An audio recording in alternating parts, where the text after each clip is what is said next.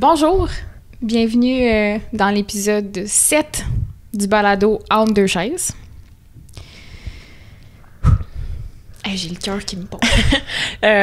Cet épisode va peut-être être un petit peu différent. On fait ça en l'honneur de la Journée internationale de la femme, le 8 mars. Donc, on a décidé de faire un concept un petit peu différent. Et c'est nous qui va parler sur cet épisode-là, d'où le contexte un petit peu plus décontracté qu'on s'est permise pour faire cet épisode. Oui, parce que ce qu'on s'apprête à livrer, moi, personnellement, je m'attendais pas à le faire un jour. Je veux dire, les circonstances vont venir autour de hey, je suis même pas capable de m'exprimer, oh mon Dieu. Je pensais pas que ça serait aussi difficile. Vous allez comprendre la suite des choses, mais j'en ai jamais parlé. J'en ai jamais parlé à mes proches. Là, oui. Fait qu'on dirait que je me sens prête à en parler.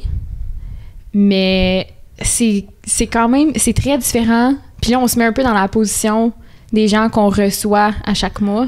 Ouais. On leur demande d'être excessivement vulnérables. On leur demande d'ouvrir des plaies que certains ont déjà refermées tranquillement ou qui sont en train de refermer. Et là, nous, on est en train de faire le même exercice. Puis, hey, c'est pas pareil. Non, tu sais, même avec mes clients, de le vivre avec eux, là, je le vis moi-même et c'est pas du tout la même expérience. C'est personnel, c'est vulnérable, puis c'est quelque chose, mais je suis contente de le faire avec toi, ça c'est sûr, puis je ne m'attendais pas à faire ça moi non plus. Tu sais, moi, c'est plus récent, mais c'est le genre de choses que... Quand tu ressens le besoin de le faire, je pense que c'est important de s'écouter aussi. Puis ouais, puis faut pas se taire. Faut pas se taire. Tu sais, je veux dire, moi, la raison pour laquelle j'en ai pas parlé, c'est que mon cerveau me l'a bloqué. Fait que ça a pris des années avant que je réalise ce que j'avais vécu, puis que je le comprenne et que je le verbalise, en fait, par la suite. Fait que, tu sais, je pense aussi que les gens qu'on reçoit, on leur demande, tu sais, pourquoi ils ont accepté de le faire.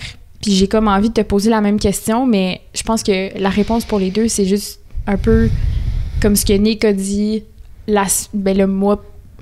Ça fait déjà quelques semaines, là, mais dans le dernier épisode, qu'il a envie de donner au suivant. Pas de donner de traumatisme au suivant, c'était plus dans l'optique de donner quelque chose, une ressource, une aide, un support, une main sur l'épaule, de dire t'es pas tout seul, tu sais, puis exact. Les statistiques le montrent, là, je veux dire, on est vraiment pas toute seule, puis ça fait juste du bien de le savoir, puis de pouvoir le partager avec des gens qui vont nous écouter, puis avec bienveillance. Exact, puis tu sais, moi, personnellement, c'est ça, c'est une forme de briser le silence. Pour moi, personnellement, parce que ça l'a beaucoup été, la façon que j'ai vécu cet événement-là, ça a été de le mettre dans une petite boîte, me mettre en mode survie puis dire j'ai pas le temps, j'ai pas l'énergie pour gérer ça maintenant.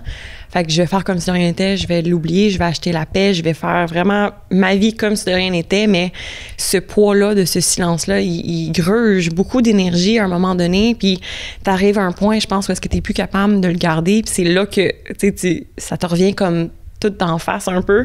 Puis, tu sais, moi, c'est en forme de reprise de pouvoir aussi d'en parler aujourd'hui. Puis, je suis tellement comme contente en fait, on a créé une plateforme qu'on savait pas qu'on allait utiliser, mais on l'a créé, cette plateforme-là, pour justement donner des voix à des gens. Puis, ben, on est des femmes, on est là-dedans, on est inclus. Puis, on se permet de se donner une voix à nous aussi. Puis, tu sais, on le dit souvent que un événement que tu vas vivre ne définit pas qui t'es comme personne, mais en même temps, ça nous place dans une position qui nous permet de vous dire « on vous comprend ».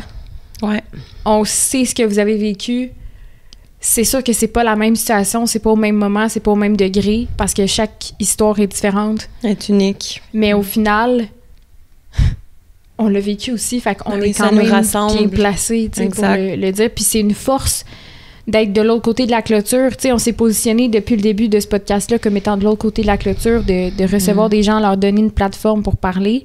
Mais au final, nous, on s'est pas vraiment posé la question à savoir si on était prête à livrer ce message-là de notre côté puis de notre perspective aussi. Tu sais, on a donné la plateforme aux autres sans nécessairement penser à se la donner à nous-mêmes pour se positionner en tant que des animatrices qui comprennent, là, qu'est-ce que tu veux? Ben oui, qui comprennent très intimement. Puis évidemment, chaque événement est unique, mais je pense que en ayant le privilège d'entendre beaucoup d'histoires, beaucoup de vécus, moi, ce qui me frappe, c'est mon Dieu que nos histoires sont différentes, mais mon Dieu que les conséquences de ça sont tellement similaires, puis on parle le même langage. Moi, c'est ça qui me choque encore à ce jour, c'est de réaliser à quel point ça nous unit, tout ça, puis on vit toutes les mêmes choses d'une forme ou d'une autre, d'une façon ou d'une autre, mais... Une ampleur différente, mais on est quand même tous touchés par le même fléau, puis c'est... Ouais, puis on a des gens dans nos familles aussi, tu sais, c'est quelque chose, tu sais, je veux dire, c'est un sujet dont on a parlé avec Claudine Desrochers dans l'épisode sur la violence intergénérationnelle. Tu sais, ça se transmet, ces affaires-là, puis quand on décide pas que ça se termine avec moi, puis que je vais pas reproduire les mêmes patterns, puis je vais pas accepter que ça puisse se reproduire à moi ou à quelqu'un de proche de moi, ben c'est là que tu reprends ton pouvoir. Puis tantôt, t'as dit j'ai voulu acheter la paix, mais tu sais, acheter la paix, il y a un prix énorme associé à ça. On va toujours payer en tant que survivante. Il y a toujours un prix à payer, puis c'est fâchant, je trouve, de se confronter à « ben ouais, non, pourquoi c'est moi qui perds? Pourquoi c'est moi qui dois sacrifier des choses, puis payer le coût? » Mais on va toujours le payer, ça, puis il faut qu'on l'accepte, parce que oui, même, comme tu dis, acheter la paix, ça t'en prend aussi. Ouais. Ça coûte. Puis, tu sais, moi, ce que je trouve qui est beau aussi dans tout ça, c'est le fait d'en parler à quelqu'un, à ta famille, tes proches, tout ça, mais tu ne sais jamais qu'est-ce que ça peut éveiller chez eux. Puis après ça, tu sais, eux, ils peuvent dire « Hey, c'est vrai, moi aussi, j'ai vécu ça. Ouais. » Tu sais, mais si tu ne l'avais jamais verbalisé, peut-être qu'eux non plus ne l'auraient jamais verbalisé. Puis il y a une force là-dedans aussi de s'accepter dans cette vulnérabilité-là. Puis, comme tu dis, c'est une forme de briser le cycle. Puis, tu sais, moi, surtout, je pense à, ben, je veux pas donner ça à mes enfants. Tu sais, le dur travail que je fais maintenant, c'est pour être capable de le briser avec moi. Tu sais, la violence, ça va s'arrêter avec moi, puis ça sera pas transmis à tu sais, ma future génération, mais aussi, tu sais, les enfants de mes sœurs, tout ça, tu sais, ça vient avec, là. Fait que... On se lance. Je pense qu'il faut qu'on se lance parce que ce qu'on dit, ça vient comme contextualiser ce qu'on a vécu. Ça vient contextualiser l'importance de l'épisode, pourquoi on le fait. Mais sans l'événement en soi, c'est un petit peu difficile de comprendre. Fait que, j'ai envie de te demander... premièrement, comment tu te sens en ce moment? J'ai comme l'impression que je suis très dans ma tête. Je descends pas nécessairement dans les émotions dans mon corps. Puis ça, c'est une autre forme de mécanisme de survie. Il y a des parties que j'ai remontées, si on peut l'appeler comme ça, que j'ai vécu dans mon corps, que j'ai eu des réactions physiques, mais je pense que j'ai touché seulement une partie de ce que j'ai réellement vécu. Je pense que ça va venir en morceaux aussi. Tu sais, des fois, ça vient à des moments que tu ne t'y attends pas. Des fois, c'est avec des conversations avec des proches. Des odeurs. Oui, des lieux, des odeurs. C'est rarement planifié quand cette reviviscence se produit. Fait qu'encore une fois... C'est beau, ça. Oui, c'est quand même pas pire. Magnifique. Ouais. Fait que... Mais c'est la réalité, tu sais. Puis moi, ce qui m'a choqué aussi, c'est... Je travaille là-dedans. Tu sais, j'ai des connaissances... Mais mon Dieu, que d'avoir les connaissances et de le vivre pour soi, pas la même chose. Puis, ça s'applique différemment aussi. Exact. Puis je trouvais ça comme un peu un couteau à double tranchant. Je comprends exactement ce qui m'arrive, mais de le comprendre, de le vivre, c'est pas la même chose. Complètement différentes. Puis ça m'a pas protégée, malheureusement. Tu sais, on se dit, ouais, mais on est au courant, on le sait, c'est quoi, mais non. Il y a rien qui te prépare à le vivre. Vraiment pas. Fait que je comprends mes mécanismes de survie, mes mécanismes de défense, mais c'est pas parce que je comprends que je les ai pas, ces mécanismes-là, tu sais. Comme je t'ai parlé de mon mode survie, mais ça a été ça pendant 2-3 mois, là, le mode survie, puis il y en a que ça peut être des années, le mode survie, là. Tu sais, moi, j'ai été confrontée à des événements, des choses qui ont peut-être fait accélérer ma prise de conscience de ce que j'ai réellement vécu, mais moi, j'ai complètement oublié ça pendant des mois, là. Fait que, pour mettre en contexte, dans le fond, t'as parti ton cabinet. Ouais. Il y a maintenant 1 an? Ben non, ça va faire 6 mois en mars. Oups. T'es fine. Mauvaise information. Je me sens comme ça faisait 1 an, mais j'ai commencé ça en octobre, tu sais, puis... Puis, en parallèle à ça, tu t'entraînes beaucoup, t'es une fille qui reste en forme, c'est important pour toi, t'as développé une passion aussi pour un sport en particulier. Ouais. Et à travers ce sport-là, t'as rencontré quelqu'un. Ouais. Quelqu'un qui est arrivé sur ton chemin, qui a changé la narrative de ta vie, je dirais. Ouais. Mais que t'essayes en ce moment de reprendre le contrôle de cette narrative-là puis de la rendre tienne. Ouais, exact. Mais, tu sais, c'est... Je sais pas trop comment commencer, là, mais, tu sais, dans le sens que moi, c'est dans le quotidien, tu sais, puis ça commence avec une amitié, ça commence avec... Tu sais, ça commence toujours super le fun, super... tu sais, intéressant, tu sais, il y a comme une attirance quand même aussi, puis ça vient avec, mais tu sais, pour arriver à un point culminant de, tu sais, on est dans mon appartement, puis il arrive des choses où est-ce que j'ai pas donné mon consentement, tu sais, mais c'est comme, je le vois encore un peu comme une bulle, tu sais, ça a été comme si t'étais à l'extérieur. C'est ça, tu sais, c'est un événement qui est arrivé avec quelqu'un que, tu sais, je pensais pouvoir faire confiance aussi, mais... Qui est en position d'autorité aussi, il faut le dire. Oui, aussi dans en ce position d'autorité. Puis c'est quelqu'un de mon quotidien aussi. Tu sais, je m'étais fait une vision de cette personne-là, vision qui n'était vraiment pas celle-là que j'ai reçue dans mon appartement. Tu sais, puis comme... Est-ce que tu veux nous walk through cette journée-là, cet événement-là? Oui, je sais pas encore quel détail que j'ai envie de donner, mais tu sais, c'est un peu le contexte de, tu sais, tu vas sur une date avec quelqu'un, puis t'as du plaisir, tu veux que ça continue, fait qu'on s'était fait des plans qu'on allait se revoir après plus tard dans la soirée, et ben comme de fait, je l'ai invité chez moi, puis il était 9h le soir, tu sais. Mais, tu sais, il arrive... Ce qui est absolument pas une raison pour faire ce qui est arrivé par la suite. Je tiens à le dire. Je le mentionne juste parce que moi, j'ai encore de la misère avec la responsabilisation que je me donne avec ça. Mais c'est juste que je tiens à le dire parce que je sais que tu te culpabilises probablement puis que tu te dis d'avance... Ouais, je compte l'histoire avec gens, déjà le fardeau sur mes épaules de c'est de ma faute, je l'ai invité à 9h le soir. J'aurais donc pas dû l'inviter chez nous. Excuse-moi, si la date a bien été, t'as eu envie de revoir cette personne-là, y a rien de mal à dire on va se faire des plans pour plus tard. Ça veut pas dire c'est pas une invitation. Fais ce que t'as fait. Non. Poursuis. Merci pour cet aparté, mais c'est parce que tu me fais réaliser en même temps que je le raconte encore avec cette culpabilité-là sur mes épaules. C'est fou, pareil. Mais c'est que je veux te déculpabiliser toi, mais je veux aussi déculpabiliser la fille qui nous regarde en ce moment puis qui se dit « Ah, mais moi aussi, je l'ai invité chez nous puis il a fait des affaires pas correctes que j'ai jamais consenties. » Pour moi, c'est quasiment l'équivalent de « qu'est-ce que tu portais quand c'est arrivé? » C'est le même narratif de « C'était de ma faute. » Mais bref, ça se passe bien, on a du fun jusqu'à temps que ça vire très, très sexuel comme commentaire, si on veut. C'était très... je sais pas trop comment je veux le dire, mais tu sais, on parle de sexualité, de libido, de comme, tu sais, moi, ça m'en prend beaucoup, puis tout ça. Tu sais, des affaires que je suis comme, OK, pourquoi tu me parles de ça? On se connaît pas tant que ça. On se connaît pas assez bien pour que tu me dises ça, tu sais. Puis ça vient déjà mettre un vibe, tu sais, sexuel. Je suis comme, c'était vraiment pas là qu'on s'en allait, tu sais. Mais je me souviens, j'ai vraiment dit un commentaire de, on le verra pas ce soir, tu sais. Comme, j'ai essayé de mettre une limite là, mais comme...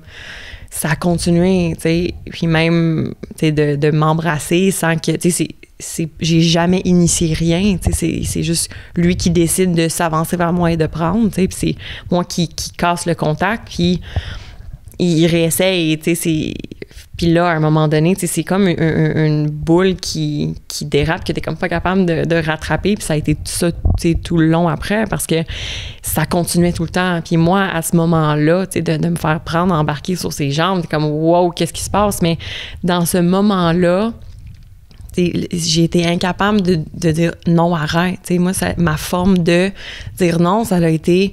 T'es-tu vraiment en train de faire ça? On dirait que ça venait en question. De le verbaliser. Oui, je le verbalisais comme pour que lui comprenne. Puis moi... Une genre de prise de conscience souhaitée, mais qui n'est jamais arrivée finalement. Non. Puis, tu sais, on dirait que mon cerveau, il coinçait sur ça. Je faisais juste poser des questions. T'es-tu vraiment en train de m'amener vers le lit?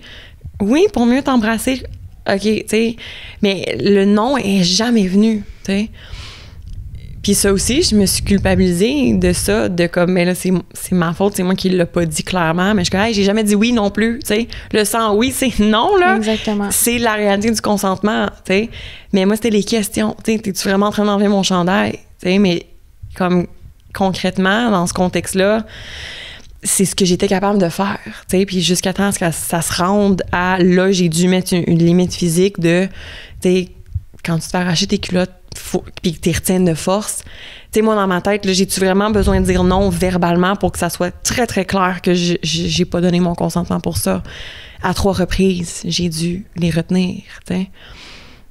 Il y avait ça comme, ah non, faut vraiment qu'on se contrôle, faut qu'on arrête, ça va trop loin. Là, c'est rendu un on doit se contrôler. Fait que déjà là, je me faisais mettre la responsabilité dans ce qui venait de se passer, tu sais. Comme si tu avais choisi et voulu ça aussi. Exact. Puis... tu sais, après ça, tu fais juste briller qui s'en va, là. Tu sais, en tant que femme, t'es-tu dans une position de comme le kick-out physiquement? Non, pas nécessairement, tu sais. Puis c'est quasiment encore une fois de « non, mais là, il faudrait qu'on arrête parce que, tu sais, pas ce soir. » Tu sais, j'essayais un peu de comme... Dans que la ça douceur, finisse dans la douceur parce que je sais pas comment il va réagir. Tu sais, d'un coup que tu dis non vraiment intense puis qu'il t'en claque une, j'étais comme dans un mode on reste dans le neutre le plus banal, de comme gentiment, doucement, tu sais, puis c'est encore un autre... C'est une façon de te protéger aussi, je veux dire, ça reste que c'est pas nécessairement quelqu'un... Oui, c'est quelqu'un qui est dans ton quotidien, mais c'est pas quelqu'un que tu connais au niveau personnel, tu connais pas ses réactions, tu connais surtout, pas ses triggers. Je ne connaissais pas cette version-là de lui, là. Tu sais, ça, c'était une toute autre personne. Puis, tu sais, moi, ce qui m'a choqué aussi dans tout ça, c'est que je voyais comme la faim dans ses yeux, tu sais. Tu le voyais, il était comme pas là. Puis il était comme pas là, nécessairement, tu sais. Fait que c'est la façon que j'ai réussi de gérer cet événement-là. Puis, tu sais, il est finalement parti. Mais par la suite, c'est... qu'est-ce que tu fais avec ça? Tu sais, je me souviens, je t'ai fait un voice note le lendemain, comme « Ah ouais, la date s'est super bien passée, puis c'était le fun. » Puis on dirait que je me suis comme pris dans le voice note, puis j'ai fait comme « Aïe, t'es en train de te mentir à toi-même, voyons donc. » Ouais. Je me souviens du ton de ta voix. Premièrement, tu parlais vraiment plus aigu que d'habitude, puis vraiment plus lentement. Puis à chaque fois que tu disais quelque chose que t'avais aimé de la date, à chaque fois, c'était comme, ben, tu sais, ça, j'ai un peu moins aimé ça, mais ça, j'ai vraiment aimé ça, comme, tu sais. Puis on dirait que quand je t'écoutais, t'essayais de te justifier à toi-même, genre que... Je me convainquais que c'était correct, puis que je voulais... Non, mais je voulais tellement comme être en couple que j'étais comme, non, mais ça va être correct. Si je me justifiais que j'avais pas vraiment vécu ça, puis j'étais capable de le manager, mettons, tu sais. Mais c'est fou, c'est en t'envoyant ce voice note-là que j'ai réalisé... Aïe, là, tu me fais peur. Genre, je me fais peur, là. Je me suis dit, tu me fais peur, là. Là, genre, faut que t'arrêtes ça parce que tu vas t'amener jusque où pour avoir cette validation-là, tu sais. Puis, quelques jours plus tard, je suis allée chez toi. Puis, à ce moment-là, j'ai l'impression que t'as comme déballé ton sac un petit peu, autant à toi-même qu'à moi. Ouais, ben, je pense que t'es la première personne à qui je l'ai dit, là. Ouais. Puis, c'est ça, le pire, c'est que le lendemain, le matin, je t'ai envoyé le voice note, puis j'ai brisé, là, j'en ai braillé jusqu'à 5h, puis à 5h20, je suis partie, puis j'étais allée au gym, tu sais, comme si de rien n'était. J'ai failli vomir, là. Physiquement, je l'ai senti, mais je sais pas pourquoi, j'étais comme, non, tout est good, puis il faut que j'aille au gym pareil, puis... Tu sais, c'est fou, c'est comme un espace en plus qui est fait pour que tu te sentes bien, puis que tu puisses... Quand il t'arrive quelque chose de pas le fun, tu vas au gym, comme it's twisted. Ouais. Pas de ton côté, bien sûr. Non, je comprends. Oui. It's twisted. Ouais. Puis ce qu'on a fait après que j'étais déballé mon sac, on a coupé mes cheveux en genre de rituel. Puis ça a été un moment qui m'a tellement fait du bien. Puis je pense qu'on l'a connecté à un autre niveau de... Il y avait quelque chose de vraiment spirituel. Je sais pas comment l'expliquer, de ce rituel-là de couper les cheveux. Puis... Hey, pour vrai, là... Tu sais, toi puis moi, on est vraiment proches. Je pense que ça se voit. Puis c'est pas la première fois que je te coupe les cheveux. Non. Mais quand je suis arrivée chez toi, puis tu m'as vraiment walk through tout ce qui s'était passé, puis qu'après ça, on a décidé qu'on coupait tes cheveux. J'avais déjà vu quelque part que les cheveux retiennent comme l'énergie, l'histoire, puis le vécu, puis tout ça. Puis je sais pas à quel point c'est vrai, mais j'avais vraiment l'impression que c'était comme autant thérapeutique pour toi que pour moi, dans le sens où je sentais que on avait besoin de ça les deux. Ouais. Puis, tu sais, c'est niaiseux, là, c'est juste couper les cheveux, mais... Il y avait une puissance, là, de... Tu sais, on était en silence, là, on était juste là, puis... Mais pour moi, c'est genre sisterhood at its finest, là. Ben oui, comme je l'ai su à ce moment-là que je pourrais te dire n'importe quoi, puis, tu sais, you would have my back, tu serais là, peu importe, puis pas de honte, pas de jugement, pas de shame, puis... tu sais, c'est ça, c'est le comme tu dis, sisterhood, je pense qu'on a réalisé ça aussi, que c'était un échange, un partage aussi de beaucoup de choses, beaucoup de vécu. Oui. Ouais. Et après ça, on en reparlera d'après, mais toi, ma belle Sam... Là, ça vient à moi, puis je suis comme... Moi, c'est... Si je peux peut-être te faire une petite intro comme tu m'as fait, ça m'a aidé, j'ai apprécié que tu fasses ça, mais... Le prompt. Tu sais, comme moi, c'est mon histoire, ce que j'ai vécu, c'est en tant qu'adulte. C'était, tu sais, il y a quelques mois. Toi, c'est autre chose. C'est pas quand t'étais adulte que ça s'est passé? Non, j'avais 12 ans. 11 ans ou 12 ans. Puis, tu sais comment que je suis bonne en maths. Not. Ouais, vous allez comprendre après, I guess. C'était un petit peu une joke. Ben, tu sais, à la base, ça part de... Hey, je suis pas bonne en maths, j'ai pas des bonnes notes, j'ai des 35% dans mes examens de mi-session, genre, ben, au secondaire. Fait que, tu sais, c'est pas une session, mais... Puis mes parents veulent juste m'aider, tu sais, puis pauvres autres, comme, ils cherchent tous les moyens parce que j'ai vraiment des bonnes notes partout ailleurs, tu sais, tout se passe bien. Je suis bonne en français, je suis bonne en sciences, je suis bonne en géo, je suis bonne en histoire. Mais les maths, ça marche pas, tu sais, je suis pas capable de comprendre. C'est comme si on me parlait une langue différente, tu sais, que j'avais jamais appris.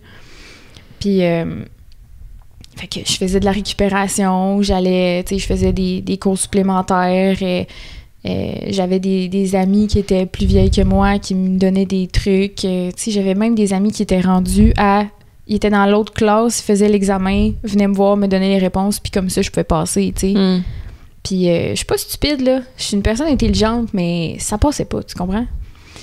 Puis je me souviens, c'était rough en plus parce que j'allais au primaire en anglais, j'ai switché au primaire en français. Fait que, tu sais, d'apprendre les maths dans une autre langue en plus, c'était comme pas évident, tu sais. Puis je me souviens d'être au bout de la table, tu sais, puis de brailler quasiment à chaque soir, à chaque fois qu'il faut que je fasse un devoir de maths parce que ma mère puis mon père sont assis avec moi, puis...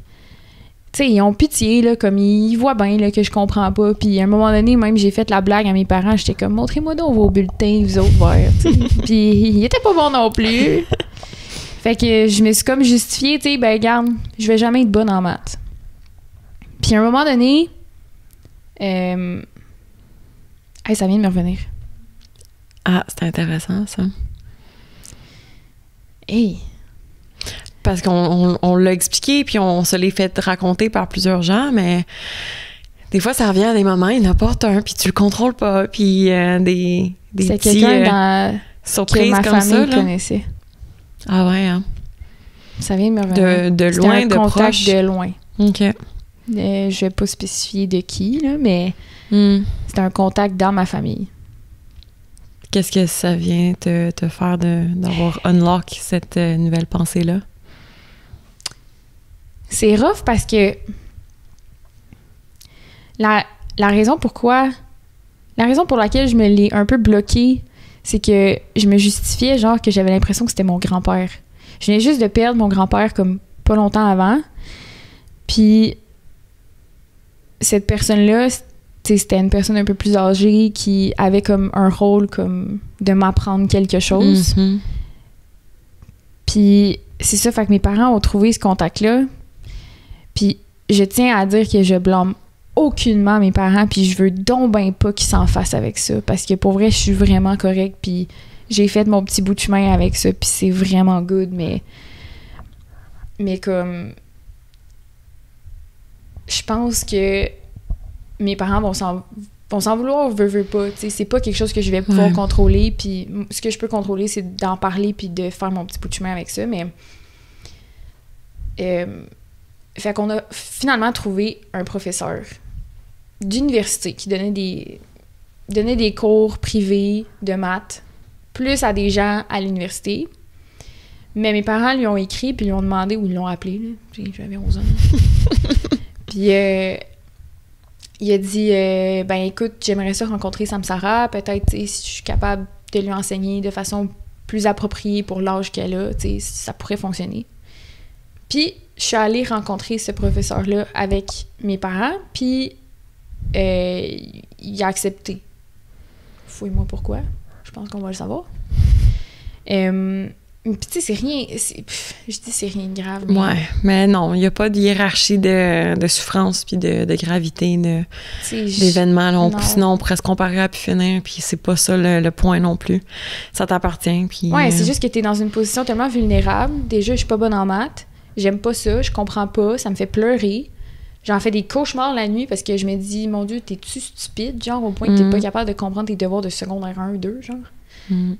Puis lui, il arrive, puis quand je réussis un problème, au début, c'est comme, félicitations, c'est good job, OK, on passe au prochain. Puis, à un moment donné, c'est... Je te donne une petite claque sur les fesses. Yeah, good job, tu sais, une petite tape. Puis après ça, ben mon first kiss, c'était avec un monsieur de plus de 70 ans, là.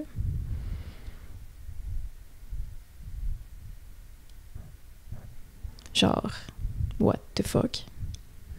Comme, quand je réussissais un problème, au début, c'était comme un petit kiss sur la bouche, of course. Après ça, c'était de me faire les problèmes de maths assis sur lui. De genre me frotter le dos pendant que je fais des problèmes de maths, là. Genre de me donner des becs, puis genre, good job, petite tape ses fesses, je retourne au tableau. Comme... Mais ça, tout ce que je vous raconte là, ça m'a pris... J'étais en secondaire 1, j'avais 11-12 ans. C'est quand j'étais au cégep. Que ça t'est revenu. Que ça m'est revenu. Première fois. Ça m'était complètement sorti de la tête, bloqué, carrément. Mon cerveau me l'a entièrement bloqué. Mon cerveau a fait « T'es pas prête à t'en souvenir, t'es pas prête à le vivre, t'es pas prête à le comprendre. » Parce que je rappelle que l'association que j'avais faite, c'était comme une figure, genre paternelle, grand-papa, tu sais, pour moi, c'était comme... Famille, sécuritaire. Famille, man, famille. C'était comme ça, puis c'était quelqu'un que je connaissais. Je le connaissais pas personnellement, mais... Mais tu penses que tu as attaché beaucoup de... Je le connais un peu, entre guillemets, parce que tu as attaché cette figure-là. Là. Ouais, puis tu sais, l'association que ça a fait après, c'est... Ah ben, j'aime mon prof de maths, fait que j'aime un peu les maths parce que j'arrive à réussir. Mais après ça, quand j'arrive au cégep, puis je m'en souviens de cette affaire-là, puis que je me rappelle pourquoi que j'étais pas bonne en maths, là.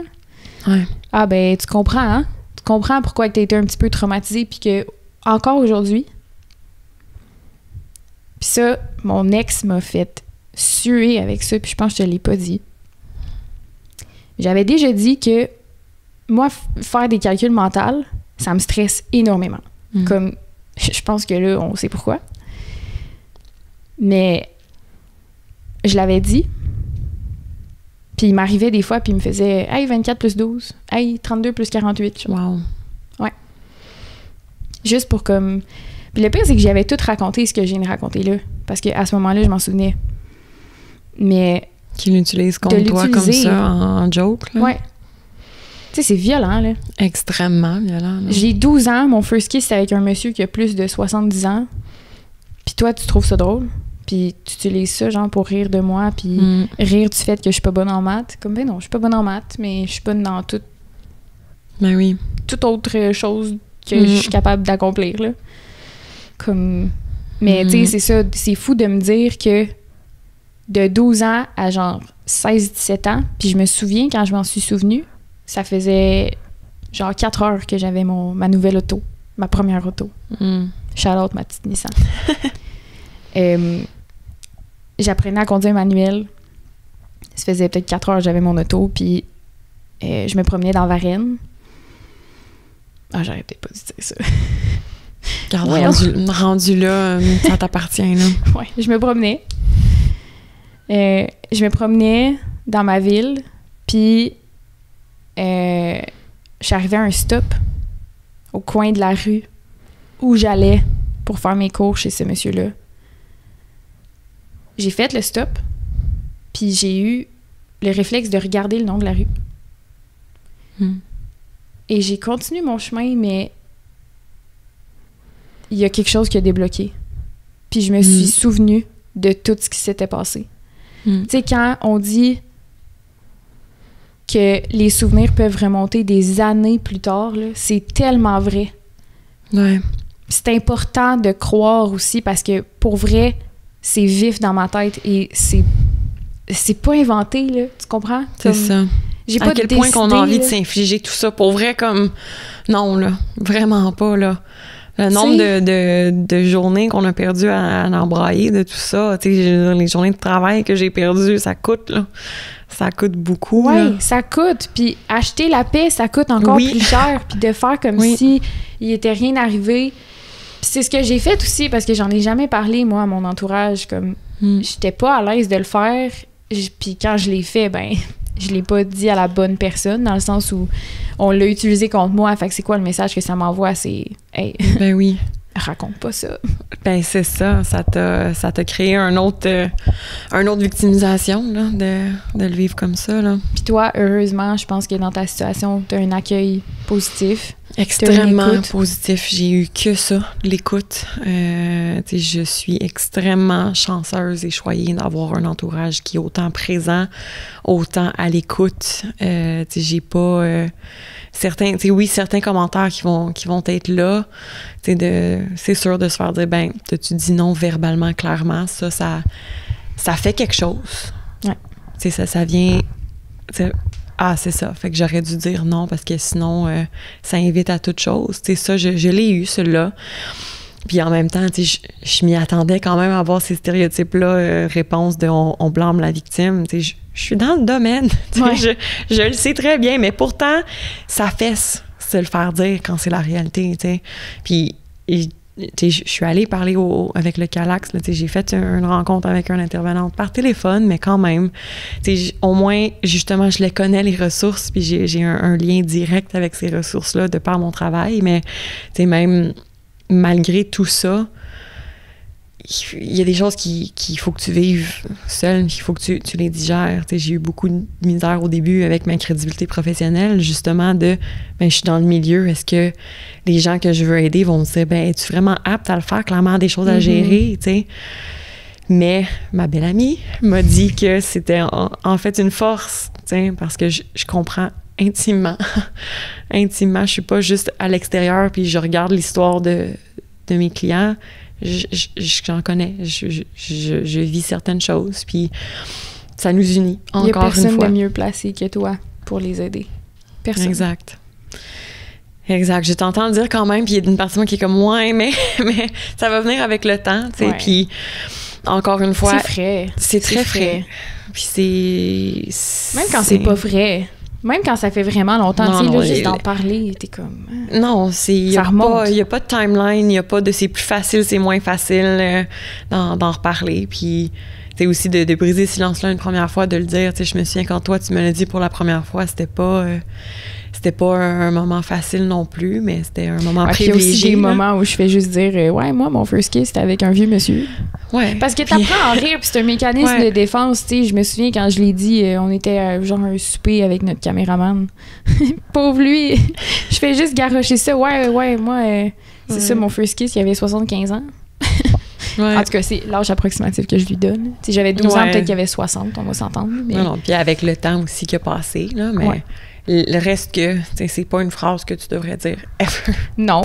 Dans une vie, là. Non, effectivement, mais je pense que c'est une façon aussi de se protéger. Puis tu sais, là, ça fait quand même depuis, genre, que j'ai 16-17 ans que ça existe ici, tu sais. Puis que ça existe aussi dans mon quotidien, tu sais, je veux dire... Oui, j'ai eu une mauvaise expérience avec mon ex, mais mon chum, présentement, c'est la personne la plus formidable du monde, puis m'accueille dans toutes, absolument toutes. Fait que, puis toi, ma mère, avec qui j'en ai parlé aussi, qui, elle, se sent super mal, parce que pour elle, c'est comme, pourquoi j'ai pas protégé ma fille? Parce que tu pouvais pas le savoir, maman. C'est ça. C'est pas de ta faute. Exact. C'est tellement facile après coup de se dire « Ah, j'aurais dû faire ça, j'aurais dû faire ça. C'est de ma faute. Ils ont un mauvais call sur ça. » Mais c'est sûr, là, t'es en connaissance de cause. Mais à ce moment-là, t'as agi avec les informations que t'avais puis la personne que tu étais à ce moment-là. Tu sais, de pas avoir dit non clairement. Regarde, c'est les outils que j'avais à ce moment-là, tu sais, puis est-ce que je me suis dit, ouais, tu sais, si je dis non, il va-tu m'en claquer une, tu sais, aucune idée, tu sais, est-ce que c'est un autre mode de protection? Il va-tu être plus agressif envers toi, tu sais pas? Exact, aucune idée, là, fait que t'agis avec les moyens que tu as, puis de pas se blâmer avec ça, même si, mon Dieu, que c'est tellement plus facile à dire qu'à faire, puis je pense que je pourrais me le faire répéter. Puis c'est ça que je dis avec les gens avec qui je travaille.